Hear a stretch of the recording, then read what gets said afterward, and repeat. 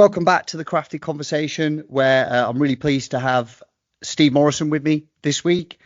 Steve, former professional football player and now manager of Sutton United Football Club in the National League. Steve had a glittering playing career, he won't like me saying that, across the divisions, starting his career at Northampton before moving, known mainly for Millwall, which you can see over his left shoulder, clearly made 300 appearances there. And Leeds United, and the rest, Leeds United, and notably Norwich City in the Premier League as well. So Steve has been a kind of journeyman-ish across the Championship and Premier League level, and he also played for his country, Wales, on 20 occasions. So 20 caps for Wales, international, former Premier League player, and now manager, moving into management with his first job at Cardiff City in the Championship at that point. And then from there to Sutton United, where he's been now for a season and a half, just about to start his second full season. Is that right, Steve? That's correct, yeah. Steve, great to have you. No, thanks for having me. As I always start with a crafted conversation, I'd love to ask you what you consider your craft to be. Well, bag of air. It's changed.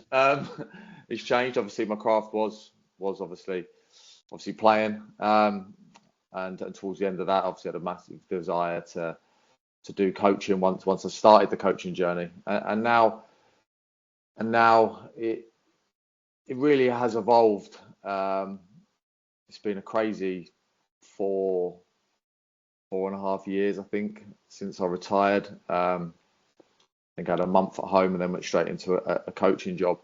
And then obviously you get the job at Cardiff after a process, and it's kind of, you just want to be successful, you want to win.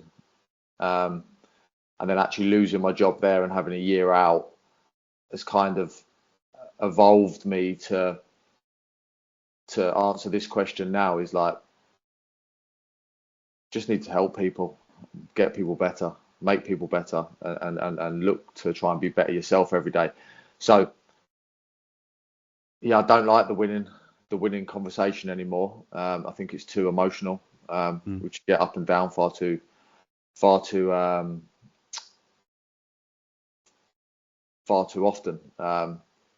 And it might sound stupid to say in this profession, and obviously especially when you'll hear fans listen or you'll hear people listen, and it's, if we're going to judge every day on winning and losing, then you're going to have to one hell of have a strong mindset, because we win and lose every single day.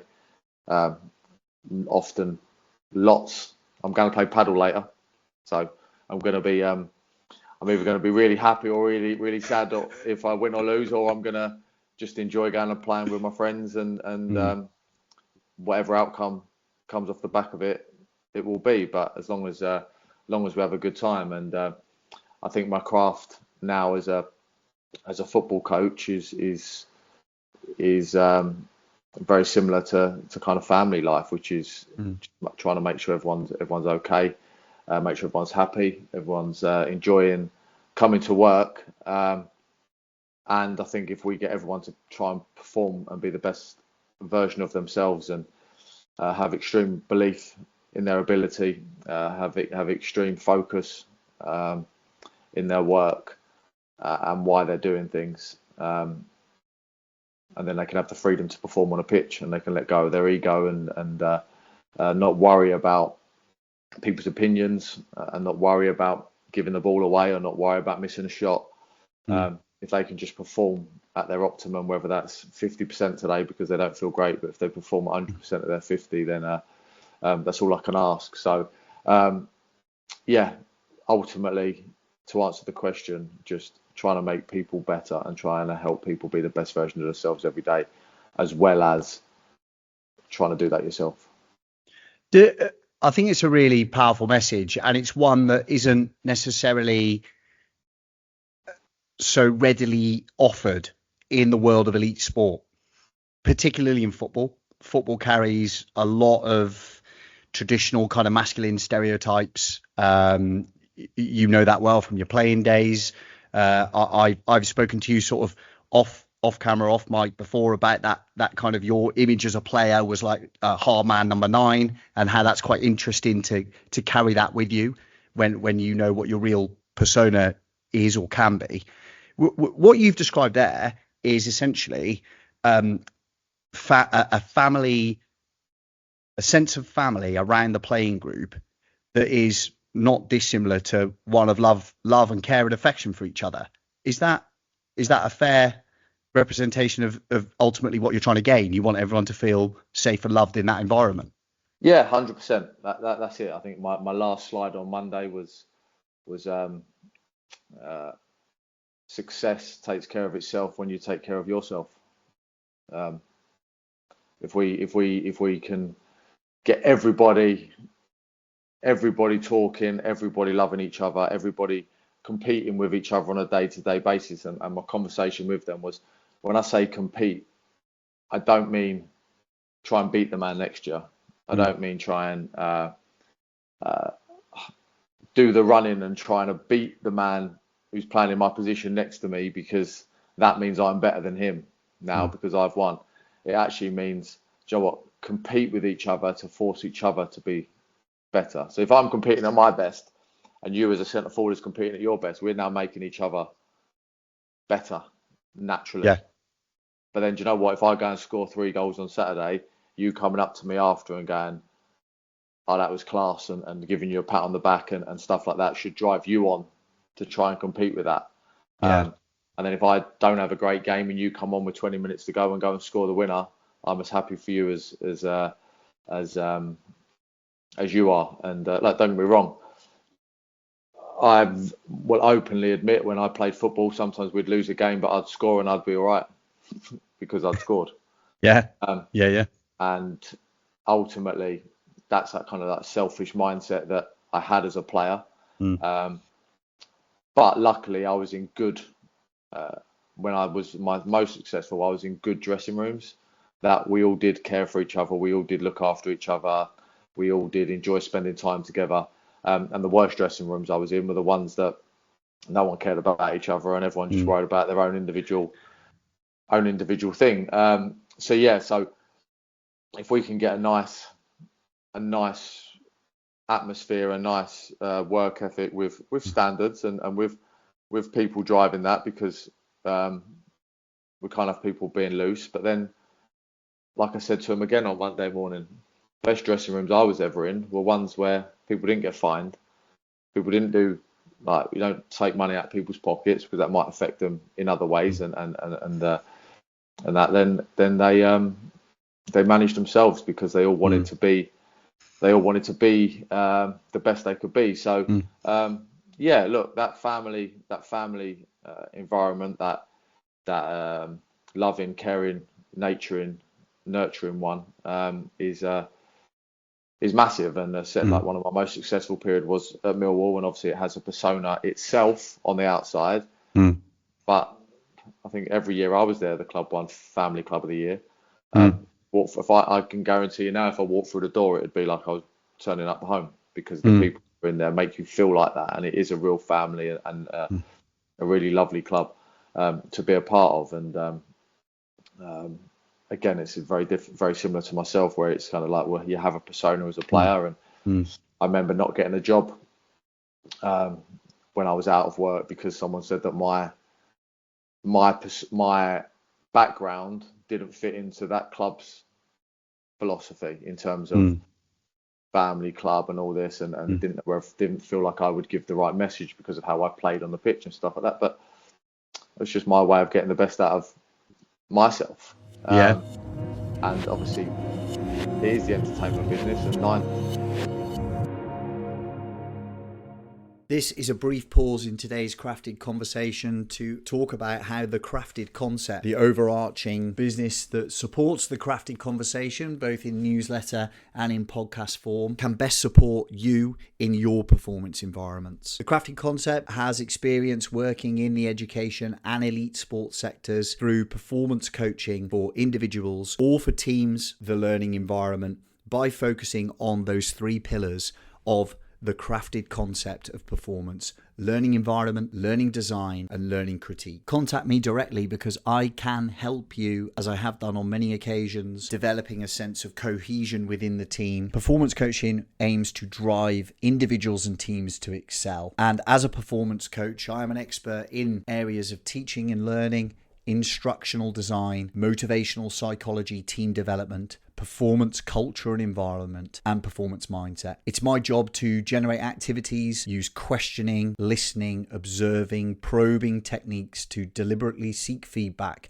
and present opportunities for lateral thinking and inspire growth and ideas for you as an individual or for the performance of the team and the collective. The crafted concept is your accountability partner, is your critical observer. I'm able to draw upon experiences as an expert teacher and instructor and as an expertly qualified executive coach, performance coach with over 100 hours worth of coaching experience. As a coach developer in elite sport, I can support and guide coaches through the complexities of your professional development, of your professional environment, offering structure and assisting you in refining your skills through learning environment, learning design, and learning critique. Contact me directly, Marcus at thecraftedconcept.co.uk, or look me up on LinkedIn, Marcus Sharrod. Yeah, too right.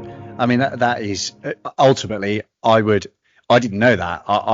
My reaction to that would be you wouldn't want to work for them anyway.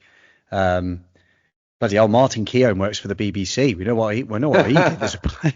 And he's funny, isn't he? You watch him and it's like he comes across completely different. Yeah. To what he played like. But as you said, we all have to just get the best out of ourselves. And of course. I mean, like you say, it's the entertainment business, but it's also to cross that white line and play at the level that you did, or any professional level, but particularly at the level that you did. It's a performance. You have to go. I mean, some of the most cited examples of elite mindset people are like the Kobe Bryant thing that he created the Black Mamba. He wasn't, when he stepped on the court, he wasn't even himself. He didn't even believe that he was still in his own body so that he could get the best out. It just seems crazy. But what I'm really interested to know is where that comes from in you. You know, that sense of family, that sense of I want you to look after yourself first, because then we'll look after the performance. Is that you reacting to something that you experienced as a player? Is it something that you feel is deeply entrenched in your character anyway, or is it emerged? I'm interested to know. Yeah, I think you have moments in life where you kind of step back and reflect, and me losing my job was one of those massive moments. A lot of time. Getting this job has been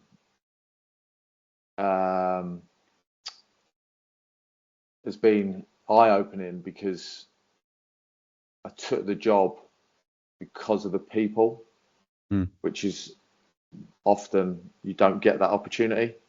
Often you get a job because you are normally in a bad situation. And I think I'd spoke to a few people when I'd lost my job as a manager, and one of the things that was kind of said was, if you could pick your next job, then it would be working for good people. And then I went into this, and then I went and got the job at Hornchurch, which was huge, because I went and worked for Alex, and he was amazing. Just got me my love back for the game. The people that worked there, little Tell, who was still here from today, who's like just a volunteer, he's just amazing. He's just a great guy. And yeah, like just the people at that club just made it really enjoyable to go to work, and I genuinely did enjoy going to work, which was great. The lads were amazing. Obviously, we were relatively successful in that first 6 months, which obviously they went on and won the league, which was amazing. It was something that Alex and his hard work at the club and the people around it deserved. Very, very close to 2 previous seasons. And then this job come about, and I met Ben, one of the owners, and then Gary, the majority owner, and just Tim, who works at the club on a day-to-day and then you meet the people, and it's just like, even when it's not been going well, we've had a bad result, their first response is, how can we help? Mm. What can we do? What do we need? Is there anything you need, etc., etc.? And it's just been that continuously, and it's like, and then you just kind of evolve as a person. Like, the more time I had off, and that time I didn't have a job, you kind of look at yourself, you kind of reflect on things you've done and in your life, and things you'd like to change. And yeah, you just kind of, the more I've kind of read, the more time I've spent with the new ownership here at Sutton, the more time I've spent with the players and the off season, and just the time. And it's just times like this crazy thing where actually you can use your time better. And I said, like, I used to read, and then I've started reading, and I have a lot of time on in the car listening to podcasts, and it's just picking bits out. Like, do you know what I mean? You can't try and be someone that you're not. And yeah, well, the latest book, which I finished in the off season, and it was kind of every chapter I read, and I was just listening, I was just reading it, and I was just taking a step back and actually trying to put that back into my own life. And you actually just, once you start doing it and you start thinking about it, and you start so much nicer working from a place of love, particularly from the ownership, which I feel like I have. Don't get me wrong, I'm fully aware that it's a results business, by the way, if anyone questions that. But just, they're just the support, the support network, the people around me, surrounding myself with people I want to be around, and yeah, just delving into that.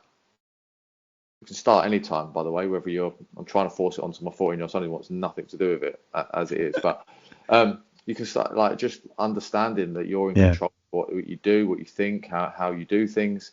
And yeah, the latest book I was reading, that is that I finished that Inner Excellence by Jim Murphy.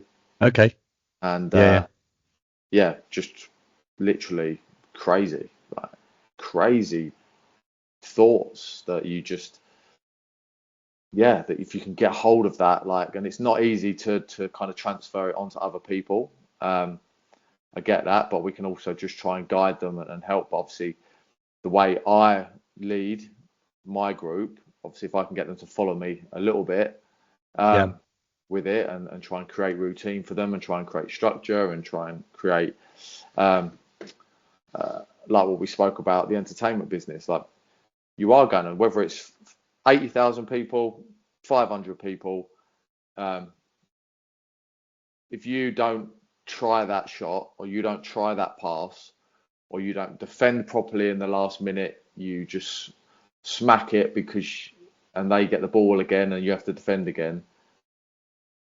You do all those things because you're worried about everyone else's opinion. You've got a fear of making that mistake, or not scoring, or not making the pass, or you got too much fear, so you can't bring the ball down in the box in the last couple of minutes and make a pass, and we keep the ball.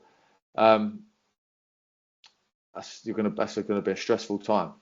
And I'm just trying to really instill into this group of players, especially because they're a group of players of a very young age. I think we're under 24 again as an average group. Like, if we can just get them to let go of their fear of making mistakes, and people say you shouldn't use the word fear, but I think it is fear. It is not a lack of belief. It's fear. It's fear of someone telling them that, why have you done that?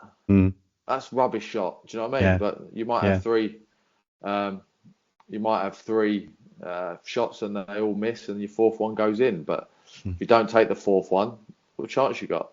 So yeah, I think it's just, for me, it's just a lot of soul searching, a lot of.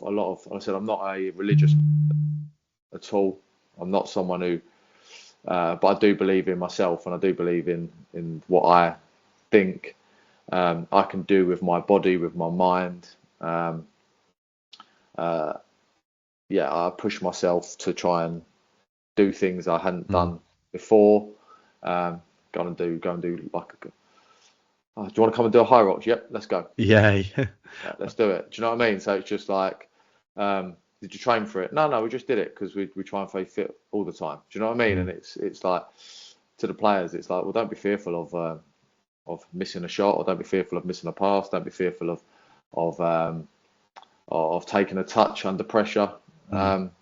Because if we're all fearless, and we're all confident, and we have that focus and that belief that we can do good things, then that's half the battle.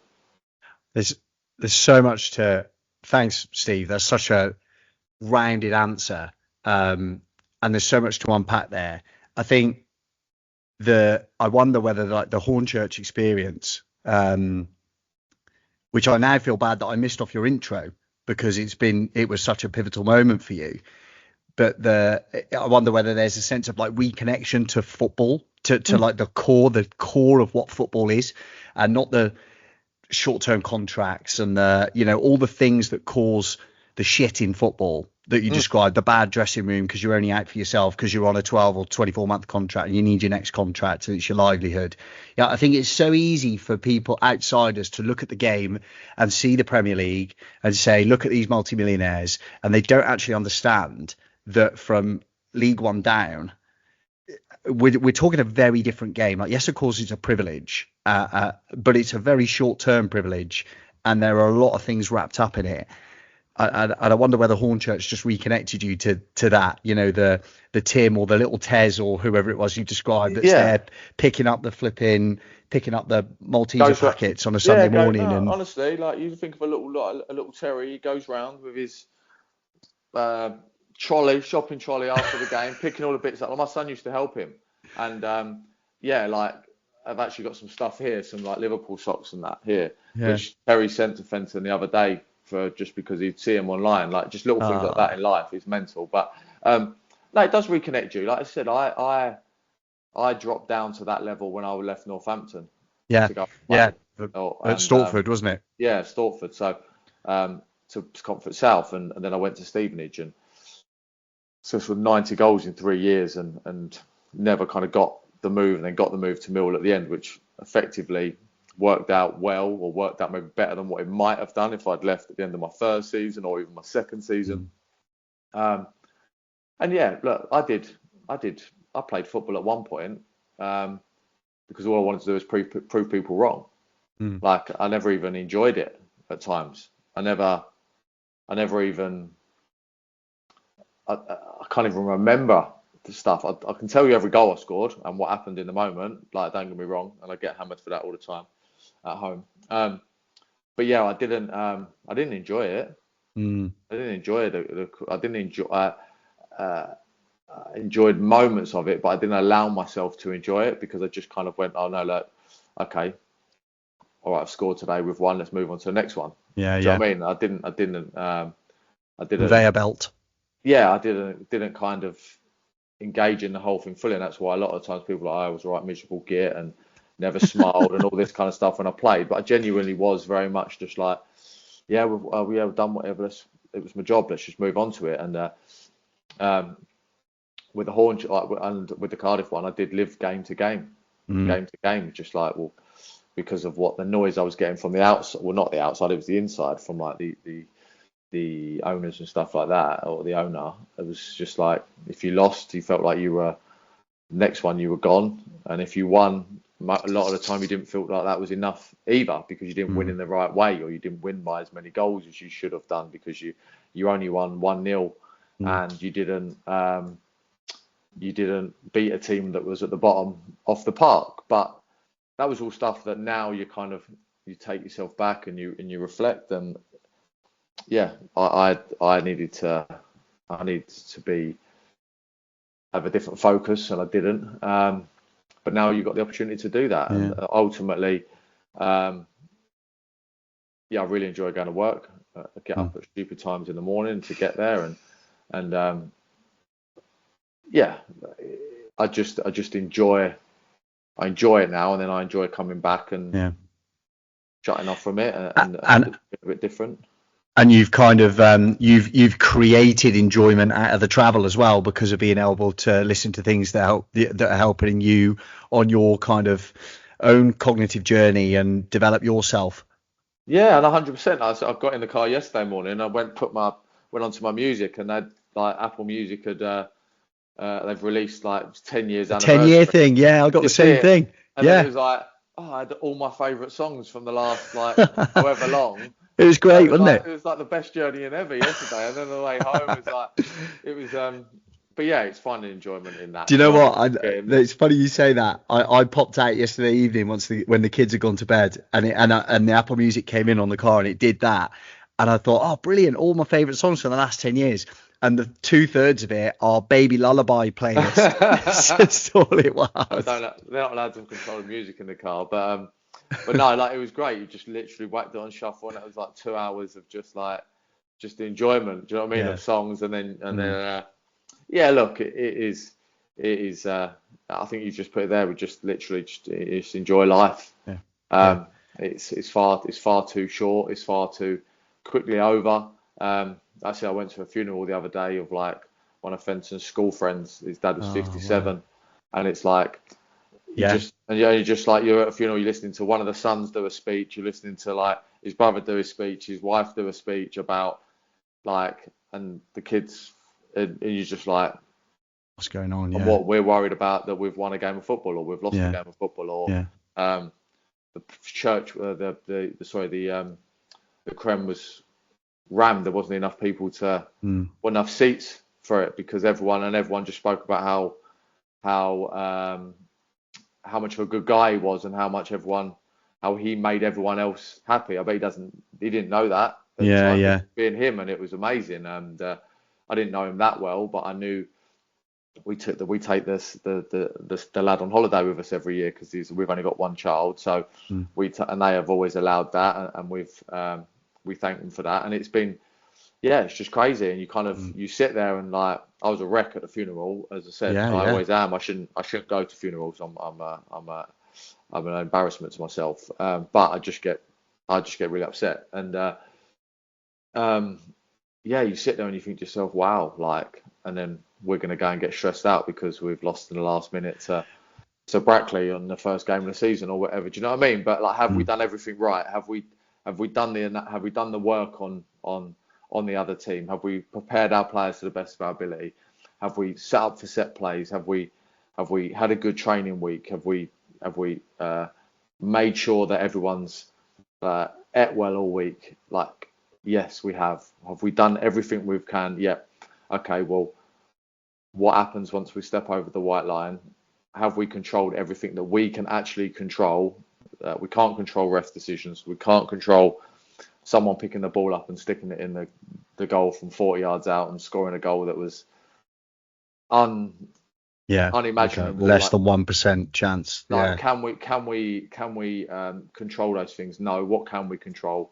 Have we tried to do? Is everyone feeling good? Have we picked the team to the best of our ability, or have we picked someone that we shouldn't have picked just because we think he's one of our best players and he's not 100% fit, and all that kind of stuff? Then I think at least we can then, if we can kind of get ourselves into that kind of position mentally, which I'm in, can we get as many people in it as possible? Then I think you put yourself in a really nice place to be able to be the best and to be able to work and do it again, because and then enjoy it, because like you said, if all of those things have happened across the week and you feel the answer to the question is by and large yes to all of those things, all the preparatory things, then football's about game day. It's the best day of the week. So you can stand. It's the best sport in the world. It's the best game in the world. You can stand there and go, soak it in. What a privilege. I'm just going to try and be the best version of myself for these lads now, and be there and be present with it. And what I'm really interested to know is, because I have a great admiration for your belief system. It's one I do my very best in my life to share, in terms of my presence with my family, my presence at work, in these types of conversations that I'm lucky to have. And when I'm working in a football environment, I see it as a privilege. But how do you put that on these youngsters?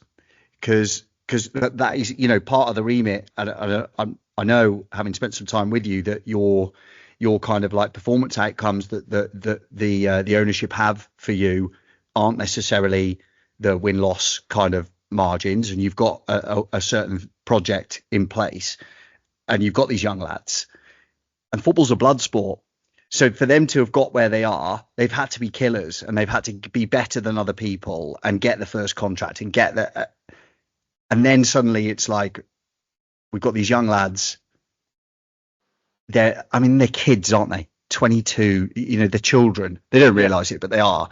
How do you bring your roundedness, your sense of wholeness in life to that age group, when ultimately, from a neurological perspective, we know their brain isn't even fully developed until they're in their mid-20s? I think it's just being consistent.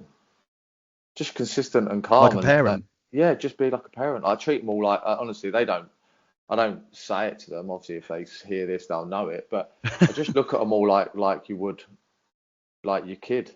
Yeah. And try and just give them as much. Like they have their schedule. Their schedule is mapped out for them on a day-to-day to the leave at this time. Yeah. Be here at this time. Like, what time you got to be? Like, this is what you got to do. This is finished by that time. And write it down for them. And just because it's just messaging constantly. Like every document we send them has the belief, focus, freedom written on it. It just hopefully it just keeps triggering that subconscious response, which is, it doesn't have to be a conscious one. You don't have to like verbalize it all the time. But if I keep putting the messages out there and then keep revisiting it, I don't need them all to do it. I just need the majority or a percentage to do it. Some people may, and I said to them, like, some people you might just like fob me off. It's absolutely fine. I'm fully aware of it. My son does it every day. Yeah, does it every day because I'm his dad. But like, if you sat there, if you genuinely walked into this house now and said like, Fenton, can you do this? He'll be like, yeah, no problem, Marcus, no problem. Yeah. You know what I mean? I say, mate, can you go and, why, Dad? But I understand that's because it's me asking. Like, I take his football team every now and then. Like, everyone else listens to me apart from him. Yeah. But then on other days, they'll all listen. He'll like, the training session was great. Like, do you know what I mean? It's just, I understand that. But just that work is just keep on banging the sum drum. Just be consistent. And you have to just kind of give them. I gave them an analogy the other day, and I said to them, how many of them have social media? And they all kind of put their hands up. Yeah. And I was like, why'd you have social media? No one could tell me why they had it, or they wouldn't want to tell me. And I said, like, you only post good things? And they was all like, yeah. I said, why is that? And they was like, oh, we just do. I said, no, it's because you want other people to tell you that that's good. Yeah, you want self-validation, don't you? And they're like, all just kind of looked at me and they see a few of them start smiling and that. And I was like, well, what don't you like about social media? Oh, we don't like it when people say negative stuff. I was like, okay, so we now know why you put things on social media, and we know why. It's because your ego, which is what I'm trying to talk to you about, which is mastering your ego, is because your ego is driving you to make your decisions every day. You don't do anything for yourself currently. You do it for your ego, which is telling you, let me put a picture of myself on striking a ball, or let me repost myself scoring a goal. Yeah, because, or if you're a woman or you're a man and you put a picture up of yourself and you just found this dress today or found this shirt today, you haven't put it on because you have really found the dress or found the shirt. You're putting it on because you want everyone to tell you how lovely you look, or how handsome you are, or and I get it because it makes you feel better. I understand that, but you've got to understand that that's why you're doing it. So you can't have it both ways. If you've got social media, you can't have it that people don't say very nice things about you, and you can't have it that you don't like it because you're putting yourself out there, but you can't allow it to dictate your everyday decisions. Yeah. Like, don't get me wrong, like, there's a world out there where people, well, we've got Ballers League now, we've got esports, we've got all this kind of stuff that it's all based around marketing, sponsorship, that, and we're in that world. We have to understand it, and you have to be adaptable to it as a coach as well and understand it. But if we can just get them to try and understand that you want to see your clips, you want to see your videos, you want to see your pictures and all that kind of stuff.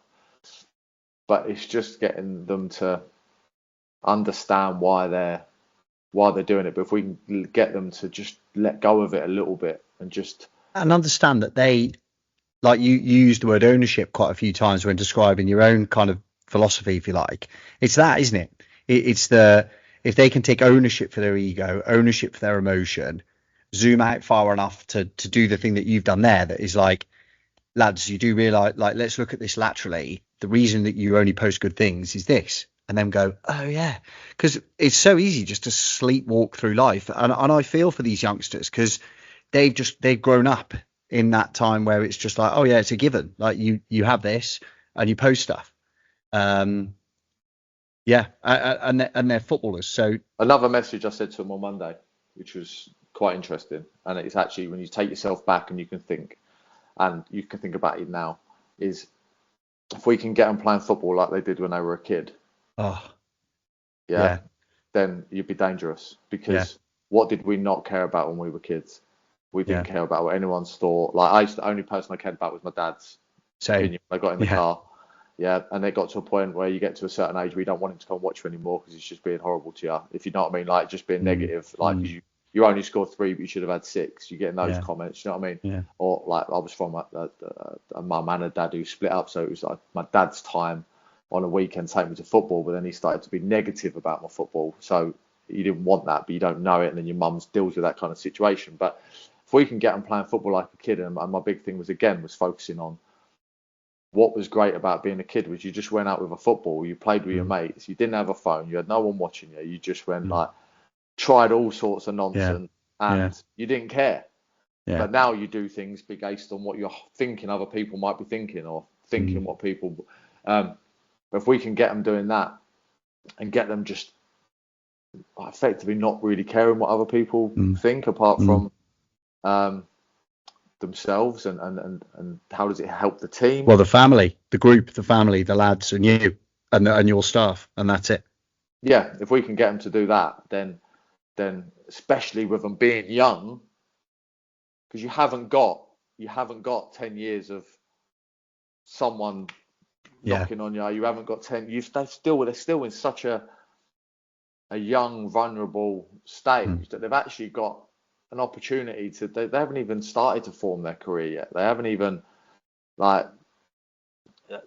you can stay in that world, the under 21s world or the under 23 world. You can stay in it for forever, and then what happens is you often don't get out of it. You don't make the grade. But it's just if we can just mold them as a group and maybe together. And it is a tough ask. And that's why you do get inconsistencies, and you do get the up and down nature of people at that level. But then you do get brilliance. You get stuff, and you're just like, wow! Imagine you do that every week. Yeah. It's funny as you're saying that. I'm thinking 2 things came to my mind. One was one of the words that you said goes on every document, which was freedom, and then which is essentially what you're describing there, just the freedom to go and just explore your talent, go and just be on the pitch and do what you do. Because to even have got there to be a professional football player at Sutton United playing in the National League, you've made it. How many hundreds of thousands that didn't get there, like you say, you if you do things right and you're professional and your character is sound enough, you're going to have a career. But when you talk about that, the one thing I will say is that it all comes from a structure. Yeah. Every day, like a routine, a structured, like your life has to be structured and focused, and that's what gives you the ability to be free. You can't just go and be free. If we all just go outside and just go and be free, like the world we'll go mental ourselves. It'd be chaos. And the pitch, it'll be chaos. It's being calm in the chaos, and it's being able to have that clarity in the moment, be present, as you spoke about earlier, being present. Like we have to be present everywhere we are. Like I have it now, and I still something I struggle with. It especially like in the off season we've just had. It's you're on holiday and you're in Orlando and you're going on the rides and you're in the queue, and I've spent my whole hour in the queue just on my phone. I'm not present, but I know I'm not. But I need people understand why you're not and what you're doing. I'm present in what I'm doing, but I need to be better at just going, do you know what? I don't need to do that. But then also I'm aware that I'm trying to do work as well all at the same time.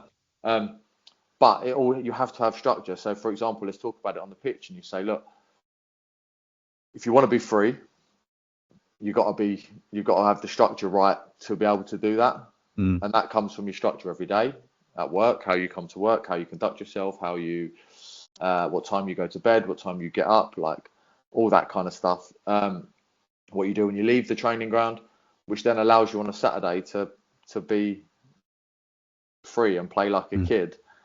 You still had structure when you played like a kid, by the way. You still went over the park, and your mum said you can go over there at this time, and your structure is you've actually got to be here by the time it gets dark.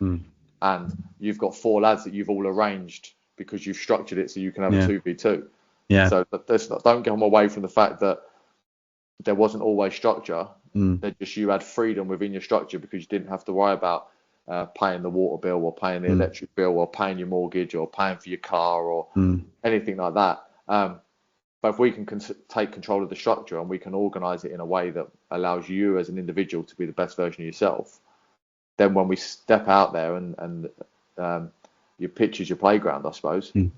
But then, like as you're saying that, and you're so right to highlight it, I look at that, my lens being education expert, my sort of performance lens when I work with clubs and people is exactly around that. You're describing cognitive load.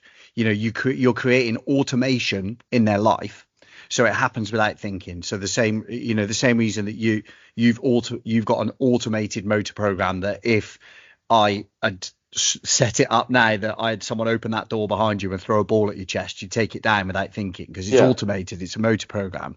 But if you're doing the same to the lads, arrive at this time, do your bits, do your foam rolling, get your rub down, whatever it is on the pitch at this time, that creates space, doesn't it? Yeah. And that's where I find it really interesting this season, because you've had there's been quite a lot coming out of shows like The Overlap with the sort of like the core of ex-United players in there talking about how over-structured football is now. In possession, out of possession, you run there, do that, very robotic. And I look at that and I think, yeah, I agree with that to an extent, but ultimately that's automation as well. When they break out of that space, you fold into this space. That creates that structure that when you are then in possession, or when a space it comes over there, then you can be free. Is that a fair? Do you think that? I think that I understand what people are saying, and I think people are saying it because obviously football has become, especially at the top level, like they're so elite. Yeah. Like so elite. Like they do like their life is their work. Is their work. Like they don't just finish training and go home and do nothing like we used to do and fall asleep on the sofa, or I used to do. Like you go home, the chefs are at home, the people are at home, they're doing like it's so elite that when they go onto the pitch, they're so closely matched. That you're literally it's like a tennis match. It's like they're basically just like I was watching it yesterday, like Djokovic last night, like he's playing against, like they were just smashing the ball back to each other. No one was trying to do anything, and then all of a sudden, one kink, one mistake, and it was like, bang, winner, and you're just like, done. Like they've hit, and that's why Djokovic is the best, because he is the most consistent, like at just returning it. And it was, and that's why I think what they're saying is, I think someone used the word maverick. I think they used it. It was Keane, wasn't it? Yeah, there's no Mavericks anymore. In the game. And you get exactly what that is. But if you actually listen to Roy Keane talk about how everything was day to day and what they did, it was structure. So structured. Yeah. You do this every day. No, you come in, you train hard. Like you don't train hard, you behave like this. You don't train hard, you behave like this. This is what you do. But yes, we went out and had a night out and we did this, we did that. We let ourselves go at the right time. But there was always structure. It was just driven by different people, and there was less noise around it, because one of the things we know now is we know more. Yeah, in Yeah. terms of we Yeah. see more because it's all there's every single football club is now we know what everyone's done on their first day of pre-season. We know what everyone's going to do on their second day of pre-season because we're watching it. Before we wouldn't have had that, but Alex Ferguson, you've only got to read all the stories. If he heard Ryan Giggs was having a party, he went round his house and kicked everyone out. What are they? What was he doing? He was being a father figure to all of that group, and he brought them on, and they got lucky with the quality that group ended up bringing to the table. And yeah, you did have a maverick in the likes of Cantona or people like that, and the game is lacking sometimes the flair. But then people don't like James Maddison because he says he interviews really well, and he will have a little bit of a joke, and he'll tell everyone what he thinks in how he's feeling personally. And like some people don't like it, some people do because they don't want to hear it. But yeah, the game's always been structured, whether it was a 4-4-2, whether formations are formations. Everyone's ultimately it's still 11v11, and ultimately it's a game of space. Why? Yeah, if we went and played Liverpool, why would we get battered? Because those 11 players are better than our 11 players. Yeah, and I think that's the thing. You can have the structure all you want. You can have, let's just go man for man all over the parks. There's no structure. We'd lose because their players are. Everybody's different. Like there's levels to every sport. It's why you have world rankings of tennis, because it's why you have the best basketball players in the world and the best baseball and the best American football. It's not.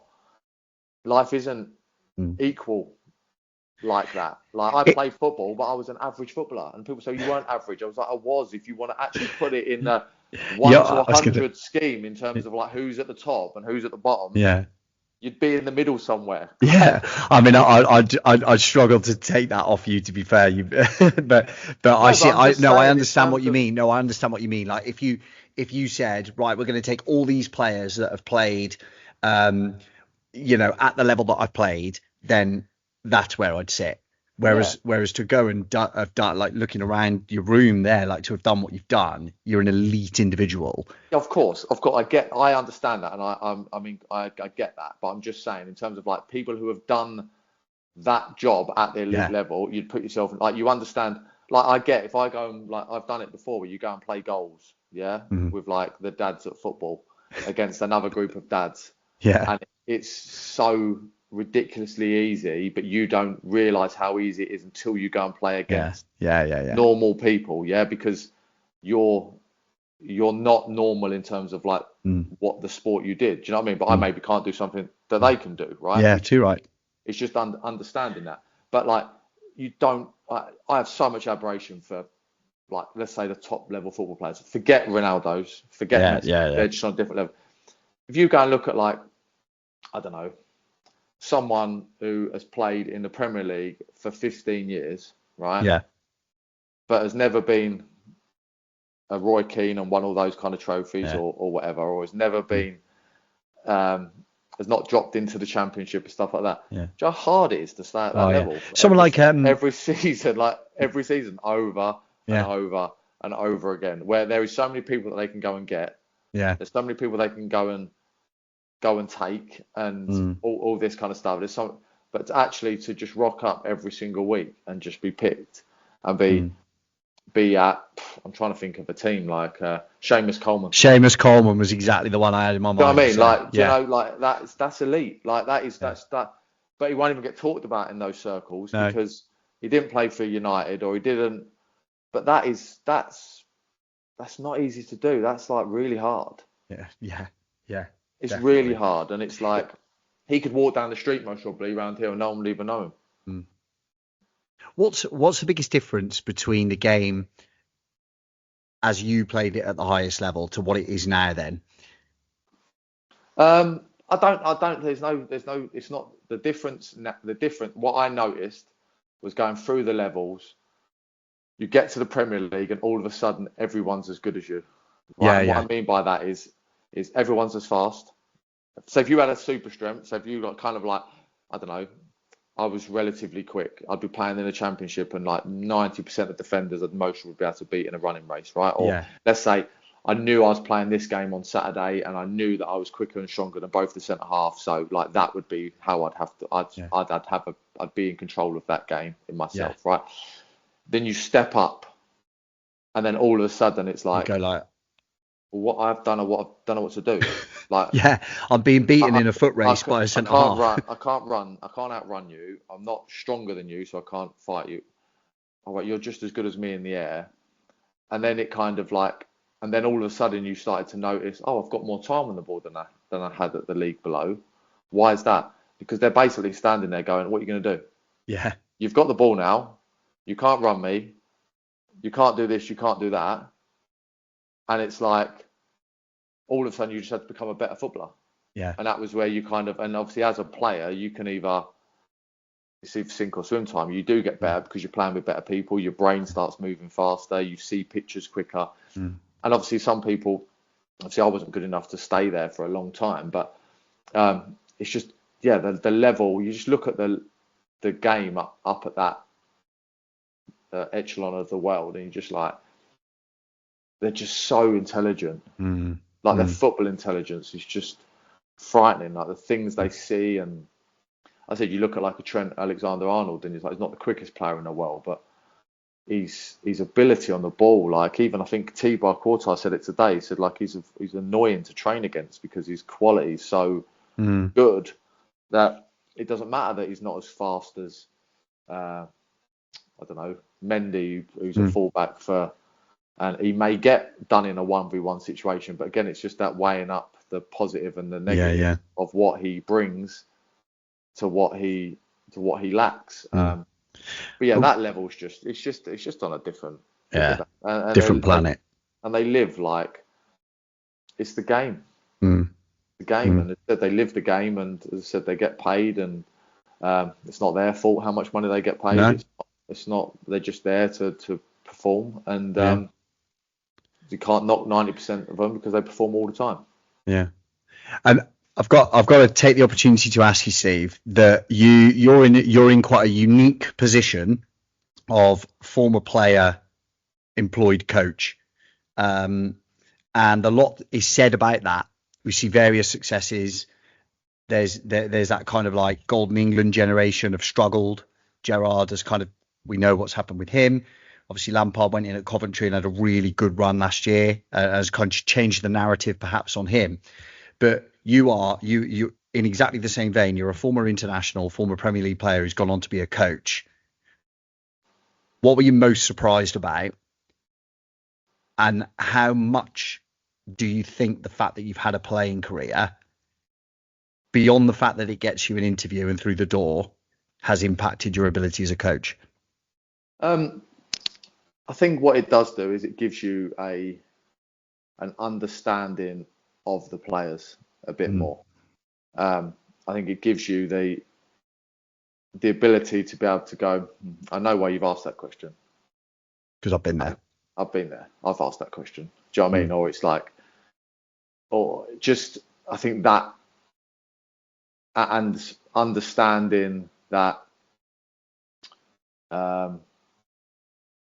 some people just can't do maybe what you could do when you played at times. But then also you've got so many like bits of information that you've experienced firsthand. It's not like I'm standing there saying to you, like as a centre forward, like stop doing this, try this, or maybe try this, or see what happens if you do this. Not because I've just read it somewhere or I've seen someone do it. It's because you're kind of going, look, I couldn't do that. So this is what I always struggled with falling over in football. Like I'd never do the old, like when someone nudges you and fall over, I just couldn't do it. Something that I just wasn't very good at. So but I can say to someone, look, this is really powerful if you can do this. Like that centre half keeps coming through the back of you. Just step backwards and he's going to hit you. And it's just bits of, I think you can draw on experiences without, you've got to try and not reference yourself as much as like sometimes you want to, where you kind of want to go, this is what I did, or when I did this, and you do it sometimes, and you do end up just to try and prove a point or to try and explain something, but it's trying to it's just using those bits as a player that I said, one, I think you can understand them a little bit more about the things that they're asking and why they're asking it. You can second guess sometimes their thoughts because you kind of, I can see where you're going with this. But also just, I think the little bits of nuggets that you did learn on a football pitch, and you have felt it, you have lived it. And if you've had positive experiences doing certain things, then offering it to people and just being able to give a why to something, I think can be quite powerful as well. Yeah. And therefore, then, if the super strength is essentially like your ability to connect with the players on the level, which makes sense because you've lived that, you've done that deliberate practice, you've got that experiential kind of foundation, then is it really important for a former player come coach, unless you're like a freak like Pep, to have a really good first team coach or assistant manager, like someone who really wants to like go for the X's and O's and the stuff on the grass? Or do you think it's dependent on the individual, the manager? I think you have to have people who are better than you at certain things. Like I have a coach, John, who he just lives and breathes training, like every day. Like he's the way he talks. It's like I always say to him, you don't talk like that when you're at home, do you? Like, surely. And he's like, no, I do. And it's like, Jesus Christ. Like, do you know what I mean? Your it's poor like, missus, yeah. Yeah. But he just does live and breathe it. Like it is. And we all do. And we all have. And it's hard being the person every day as well. So it's kind of like trying to do everything and being, you have to kind of give like ownership and accountability to other people as well on a day to day. Like it can't just be your voice constantly. But yeah, I do think it's very much like it's no different to a normal job, is it? You might own a company, but you don't do the accounts. Yeah. Great doing point. that, you know what I mean?